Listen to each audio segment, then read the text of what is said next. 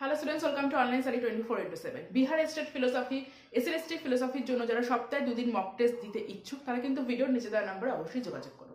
এই নাম্বারে যোগাযোগ করে তোমরা জেনে নাও যে সপ্তাহে 2 দিন মক টেস্ট তোমরা কিভাবে জয়েন করতে পারবে। দিন মুদ্রণ এবং ধারণা অর্থাৎ হিউমের সবথেকে ইম্পর্টেন্ট একটা পার্ট, সেই পার্ট নিয়ে আলোচনা করেছিলাম। আজকে আমি তোমাদের সাথে হিউমের নলেজের যে পার্টটা রয়েছে, তার জ্ঞানের তত্ত্বটা, মানে তিনি কটি জ্ঞান স্বীকার করেছে, তার জ্ঞানের বিভাগ কি, তিনি কটি বচন স্বীকার করেছে, সে সমস্ত নিয়ে আলোচনা করবো, কারণ এই পার্টটা হচ্ছে খুব ইম্পর্টেন্ট।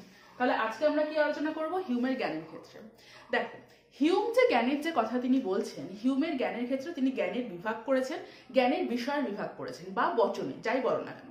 সেক্ষেত্রে তিনি দুটো কথা বলেছেন, যে দুটো তোমাদের পরীক্ষায় কিন্তু আসে, যে কোন দুটো তিনি স্বীকার করেছেন। ওই 1, 2, 3, 4 করে অপশনের মধ্যে দিয়ে দেয়, একটু ওলট পালট করে দিয়ে দেয়। তিনি কোন দুটো জ্ঞানের বিভাগ বা বচনকে স্বীকার করেছেন? একটা হচ্ছে রিলেশন অফ আইডিয়াস, আর সেকেন্ড কি করেছে? Matters of facts. এই দুটোকে তিনি স্বীকার করেছেন, এই দুটোকে তিনি জ্ঞানের বিভাগ হিসেবে স্বীকার করেছেন, বা বলতে পারো বচনের যে বিভাগ সেই হিসেবে স্বীকার করেছেন। এই যে রিলেশন অফ আইডিয়াস, সেটা যাচ্ছে বিশ্লেষক বচনের মধ্যে। এটা কিসের মধ্যে যাচ্ছে? এটা যাচ্ছে বিশ্লেষকের মধ্যে। কারণ কি? কারণ এটাতে অভিজ্ঞতা একটা, এটা নিরপেক্ষ নয়, ঠিক আছে, এটা অভিজ্ঞতার উপর নির্ভর করতে হচ্ছে না রিলেশন অফ আইডিয়াসকে, এবং এটা হচ্ছে পূর্বত সিদ্ধ। পূর্বত সিদ্ধ বিশ্লেষক, এটা হচ্ছে যাচ্ছে আমাদের একেবারে তোমার যে বিশ্লেষক জ্ঞানের মধ্যে। এবং এই যে জ্ঞানটা, এই রিলেশন অফ আইডিয়াস, এর মধ্যে কি পড়ছে? এর মধ্যে আমাদের গাণিতিক যে জ্ঞানগুলো, এগুলো তোমাদের প্রশ্নের মধ্যে আসতে পারে, যে গাণিতিক জ্ঞান হিউমের কোনটার মধ্যে পড়ছে, হিস্ট্রি, জিওগ্রাফি, এগুলো কোনটার মধ্যে পড়ছে। তো এগুলো কিন্তু সব কিন্তু তোমাদের প্রশ্নের কিন্তু একটা পার্ট। তো ভালো করে জেনে রাখো, এই যে রিলেশন অফ আইডিয়াস, সেটা বিশ্লেষকের মধ্যে পড়ছে, এটা পূর্বত সিদ্ধ, এর মধ্যে আমাদের গাণিতিকটা পড়ছে, ম্যাথামেটিক্সের সমস্ত রকম ফর্মুলা, ম্যাথামেটিক্সের মধ্যে যা আছে সবকিছু আমাদের রিলেশন অফ আইডিয়াস এর মধ্যে পড়ছে। অ্যান্ড ম্যাটার অফ ফ্যাক্ট যেটা, সেটা হচ্ছে আমাদের কি? সেটা হচ্ছে সংশ্লেষক। সংশ্লেষক হচ্ছে ম্যাটার অফ ফ্যাক্টস। এর মধ্যে আমাদের যাবতীয় ম্যাথামেটিক্স বাদে আমাদের যাবতীয় history, geography, physics, chemistry, anything সবকিছু পড়ছে আমাদের ম্যাটার্স অফ ফ্যাক্টস এর মধ্যে। তার মানে কি? এটা হলো তার জ্ঞানের বিষয়, জ্ঞানের যে আমাদের যে ফুল বিষয়, আমাদের যে জগতের যে জ্ঞানের ফুল বিষয়, সেটাকে তিনি ভাগ করে দিয়েছেন। তার মানে কি? জগতের ফুল বিষয়টাকে তিনি রেখেছেন ম্যাটার্স অফ ফ্যাক্টস এর মধ্যে, এবং শুধুমাত্র গাণিতিক আলোচনাটাকে তিনি রেখেছেন রিলেশন অফ আইডিয়াস এর মধ্যে, যেটা হচ্ছে বিশ্লেষক, যার জন্য আমাদের অভিজ্ঞতার প্রয়োজন পড়ে না। তিনি অভিজ্ঞতাবাদী, তাই তিনি বেশিরভাগ জিনিসটাকে তিনি রেখেছেন ম্যাটার্স অফ ফ্যাক্টস এর মধ্যে। এবং এই ম্যাটার্স অফ ফ্যাক্টস এর ভিত্তিটা কি? এটা কিসের ওপর ভিত্তি? এটা তার হচ্ছে কার্যকারণে, ঠিক আছে, কার্যকারণ। এই যে তার যে একটা বড় যে একটা কার্যকারণ তত্ত্ব, তার ভিত্তিটা হচ্ছে এই আমাদের ম্যাটার্স অফ ফ্যাক্ট, তার উপর নির্ভর করে কার্যকারণটা গড়ে উঠছে। এই যে রিলেশন অফ আইডিয়াস, বিশ্লেষক বচন, এটা একদম আবশ্যিক সত্য, কিন্তু ম্যাটার্স অফ ফ্যাক্ট সেটা হচ্ছে আপত্তিক, এটা হচ্ছে আপত্তি। এগুলো খুব ভালো করে জানবে, এগুলো কিন্তু তোমাদের এক্সামের জন্য ভীষণভাবে ইম্পর্টেন্ট। এটা হচ্ছে তোমার আপত্তি। তার মানে এটা যদি আপত্তিক হয় তাহলে কার্যকারণ আপত্তিক, যেহেতু কার্যকারণ এর হচ্ছে ভিত্তি।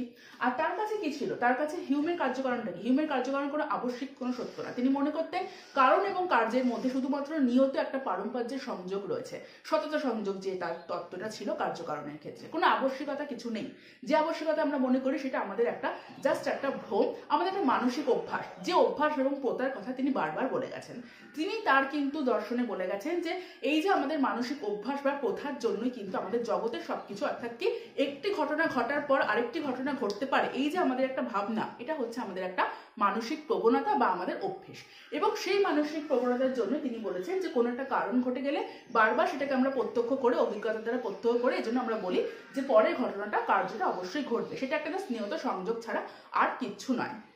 এটা হিউমের মত। আর হিউমের এই কার্যকারণ মতবাদটাই কিন্তু সতত সংযোগ মতবাদ হিসাবে হচ্ছে আমাদের সামনে উঠে এসেছে, ঠিক আছে। তোমরা তাহলে তার কার্যকারণ থেকে যদি তোমাদের প্রশ্ন আসে কারণ এবং কার্যের মধ্যে কি সম্পর্ক, সেটা অবশ্যই তোমরা বলতে পারবে যে একটা নিয়ত সংযোগের সম্পর্ক, সেটা কোনো আবশ্যিকতা নেই এবং কেন নেই সেটাও তোমরা বুঝলে।